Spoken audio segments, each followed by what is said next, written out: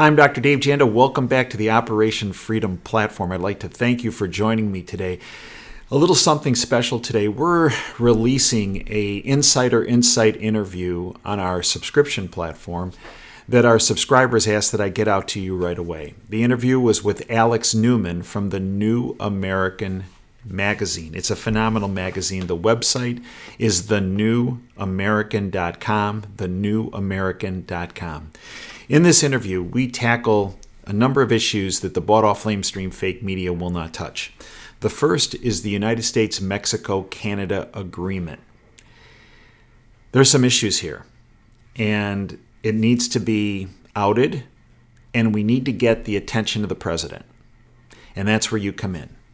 You need to get on the phone and call the White House and ask that the president take a look at some of the issues that Alex brings up. He's very specific about this. In addition, we also tackle the Ukraine hoax, the Russian hoax, and money laundering operations, actually, that are occurring by the deep state, starting in South America and filtering their way into the political system in the United States. This is a third rail. The bought-off lamestream fake media does not want anyone to touch this. We do. I hope you enjoy the interview. I hope you'll network this interview to anyone and everyone you know. And I also hope you'll become a part of our subscription family, our freedom family at davejanda.com. $9 a month, I believe, one of the biggest bangs for the buck on the internet. This show that you're going to see today is the type of extra content you get as a subscriber and a member of our freedom family. I hope you'll join us. Thank you for your time today. Until next time, Dave Janda signing off. Dream big and dare to fail. And now on to this two-part release with Alex Newman. Thanks for your time today. Hi, I'm Dr. Dave Janda. Welcome back to our Insider Insight Show. I am honored to have back with me Alex Newman, who I consider a very dear friend and someone who I believe is one of the most courageous people in the world when it comes to outing and exposing and putting a beacon of truth on the deep state. Alex has been on this mission for many years, much to the deep state chagrin.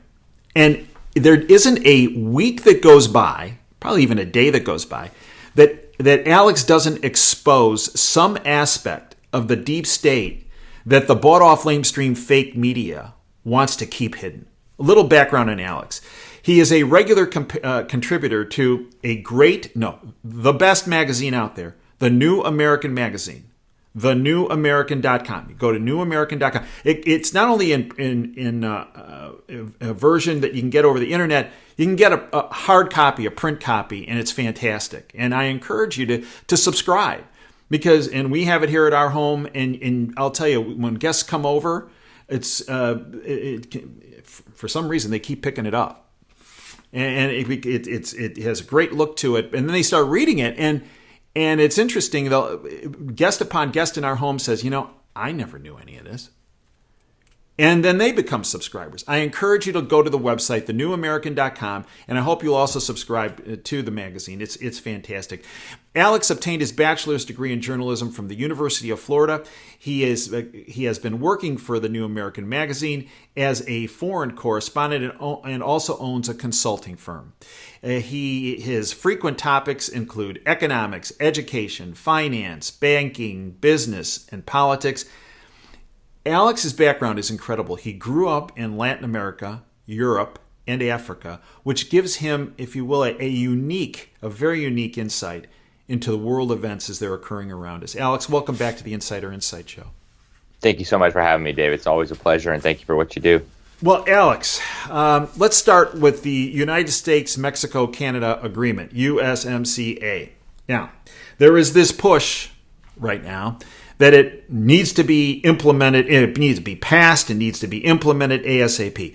You have put your hand up in the air, both hands, waved them vigorously now for a number of months saying, stop, and everybody needs to read this because it's not what the bought-off lamestream fake media is presenting. Alex, your take. Yeah, thank you for the opportunity to talk about this, Dave. This is such an important topic because our sovereignty, once it's gone, is very difficult to get back. We can recover from a bad economy. We can recover from a loss of jobs. We can even recover from some of our factories being sent to China and Mexico, which has been happening for generations now. But what is much more difficult to recover from is the loss of sovereignty. And the USMCA surrenders more sovereignty even than NAFTA. In fact, it's got many elements of the TPP right within it. An analysis revealed that over half of the language from the USMCA comes directly out of the TPP. So we're talking about transnational courts with the purported power to overrule our state and federal authorities. We're talking about transnational bureaucracies. We're talking about transnational regulations that are beyond the reach of the American people. I mean, if we're unhappy with these regulations, we don't have any way of, say, firing the politicians responsible, of recalling these people. So this is very, very dangerous. And even on the social front, they enshrine these protections for sexual orientation and gender identity that they haven't been able to get through Congress. They haven't been able to pass in most of our states. So they just sneak it in through the back door with this USMCA. And of course, we shouldn't be surprised by this because it was negotiated by a member of the Council on Foreign Relations, Robert Lighthizer. The CFR is kind of like the nucleus of the deep state in the United States. They've been working to surrender and subvert our sovereignty clear back, to the 1920s, 1930s, 1940s. Mm-hmm. And it's a very, very dangerous organization. They need to be exposed. And I don't know what's happening with the White House. I don't know why they have agreed to get behind this, but it is bad news. Trump's instincts about these kinds of deals have been right from the beginning. And if Congress manages to get this through, it's going to be very, very problematic. So it's a good point about the White House, Alex, because I've been criticized by saying I believe I think the president's heart is in the right spot. I think his brain obviously is in the right spot. He's a very intelligent man.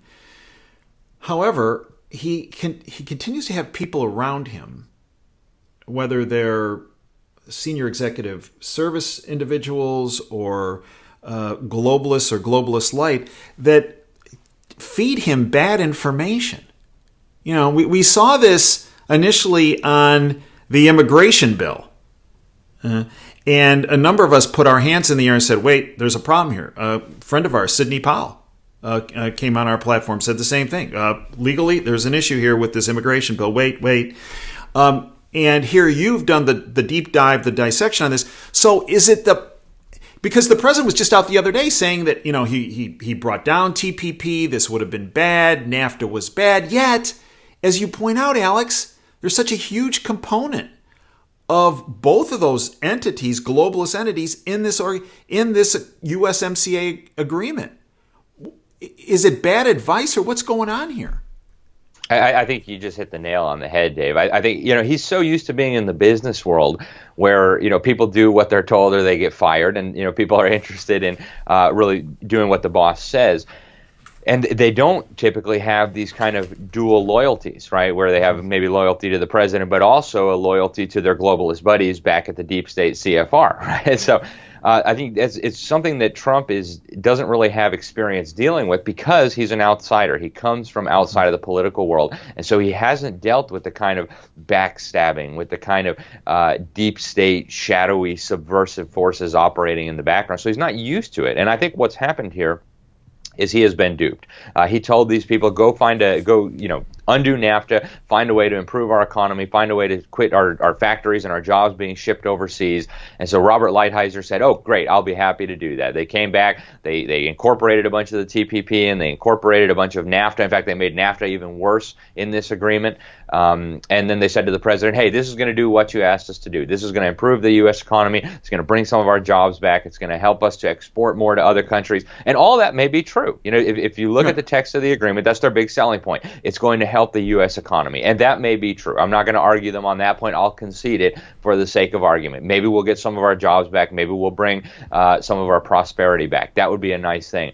But if the price is our national sovereignty, I can guarantee you Robert Lighthizer didn't say to President Trump, hey, this is going to improve our economy, it's going to bring some of our jobs and our factories back, but it's also going to surrender more of our sovereignty. We're also going to enshrine these international bureaucracies, these international courts into our federal laws, into our treaties.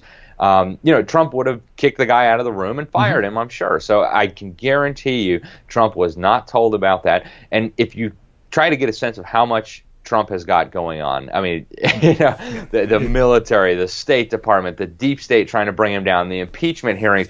He doesn't have time to read 1,800 pages of trade negotiations. He trusts that the people he appointed to deal with those things will do what they were told to do. So I think that's probably what we're dealing with here. And I know people are trying to reach Trump with this information, but the president's got, 20 million people trying to get his attention for, this issue, this conspiracy, that effort going on here. So it's very difficult. So I think we're patriots who do value our sovereignty, who do believe in what Trump has been saying from the start. No more multilateral trade deals that surrender our sovereignty. No more international kangaroo courts to overrule us. People who do believe that need to get on the phone with their member of Congress and say, shut this thing down for the good of the United States, for the good of the president, for the good of our national sovereignty, and for the good of our economy. And one other step, I think, too, Alex, and we found this with the immigration issue, calling the White House. Absolutely. I became aware that he actually checks in on the switchboard to find out what people are calling in about and what are they saying about the issue. And when we had this immigration bill that had this huge problem in it, there was this gaping hole in it about bringing kids in and using kids and this kind of thing, and he was unaware of that. We found that when we suggested to our viewers, our listeners, to call the White House and call their members of Congress and call the White House, that it started to move the needle a bit on that entire issue. And we also found that there were choke points in the White House about information being blocked. And there are certain choke points with folks that have globalist ties that are being told, hey, look, in Washington, everything's a revolving door. You're 40 some years old. If you want to have a career that goes to 65 and be paid well, then what you're going to do is you're going to block this information from getting to the man and to the boss. And the reason is because, he can only be there for 4 years or 8 years, and you want to be here for 25. That's exactly what's happening, Dave. And I couldn't agree with you more. People out there who are concerned about our sovereignty, people who want to oppose globalism, put a call into the White House and then follow it up with an email and tell them, President Trump, we love you, we support you, we voted for you, but you're being sold a bill of goods here on this USMCA. Go back and dig into it, look what's in it. Call up some of the people who've been sounding the alarm about this, ask them. And, we'll give you the page number. Go to, turn to page whatever it is, and you'll see right there the transnational courts. You'll see right there the protections for sexual orientation and gender identity in North American regulations. And so I couldn't agree with you more, Dave. We've got to get this information to the president, and reaching out to the White House is a very good way to do that. You're right, it's worked in the past. And unlike previous presidents, Trump does care what the American people think. Yeah, I agree with you on that. I do. Let's go a little further south, where you spent a fair amount of time as you were growing up, South America. You just wrote an article entitled UN, United Nations Globalist Confab, United Nations Human Rights Chief Tied to Communist Networks Corruption. And it goes beyond, as you mentioned, this Chilean socialist Michelle Bachelet. It actually is it's a swamp. It really is, Dave, and thank you for the opportunity to talk about this, because this is a story that not one in 50 million Americans is even familiar with. There was some brief mentions about it in the Associated Press, but if all you read was the Associated Press, you would have no idea the implications of the scandal. They said, it's just a corruption scandal. They were just looting the public like they always do. Nothing to see here. And that's true. They were looting the public like they always do. And that's problematic. They all belong in jail for that. But this goes much deeper than that. What was happening is there is this communist network in Latin America. The U.S. government has known all about this for decades, right? It's called the Foro de Sao Paulo. In English, we would call it the Sao Paulo Forum. And it was founded by Fidel Castro. It was founded by the Sandinistas in Nicaragua. It was founded by Brazilian President Luiz Inácio Lula da Silva, a Marxist who was pretending to be moderate. Obama loved the guy. We shouldn't be surprised. And also by the FARC, the Fuerzas Armadas Revolucionarias de Colombia, the Revolutionary Armed Forces of Colombia, which is a Marxist narco-terrorist group that specializes in shipping cocaine to the United States, kidnapping people, bombing farmers, blowing up nightclubs. That's the people we're dealing with here. So they set up this network. They took over multiple governments. They already controlled some governments. And then they were using this money they were looting from the public. So in Venezuela, that took the form of taking the oil money that was coming in, a lot of it sold in the United States, and using that to fund radical communist and socialist political parties across Latin America. In Brazil, and this all now came out, so Luiz Inácio Lula da Silva, Lula as they call him, is now sitting in prison for this.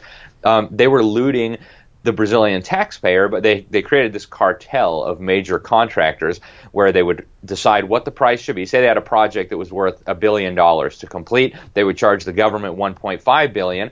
$1 billion would go to actually completing the project, whatever it might be, build an oil platform or whatever. And then the other $500 million would go to the political campaigns of communists and socialists, not just in Brazil, right, the Workers' Party, Partido dos Trabalhadores, but also to Latin American communists all across the region. Now, Michelle Bachelet, who's now the UN High Commissioner for Human Rights, the highest human rights official within the United Nations, was one of the recipients of this loot that was being stolen. We found out it is, right? We found out because one of the executives involved in these contracting companies that was involved in this conspiracy, he was convicted in 2015. He had an agreement with the prosecutors in Brazil to reveal some of what he knew in exchange for a lighter sentence.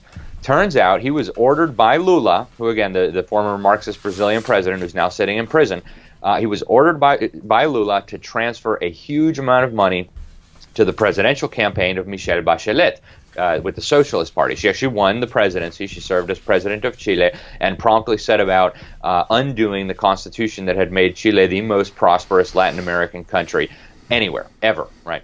So very, very problematic for a lot of reasons. And now Michelle Bachelet is hiding behind her diplomatic immunity in Geneva. She knows she can't be arrested, she can't be prosecuted, she can't be questioned, she can't even be taxed because all these UN bureaucrats have diplomatic immunity. And, you mentioned that this goes deeper than just Latin America. It's bad enough that we have communists hiding behind diplomatic immunity in Geneva and beyond.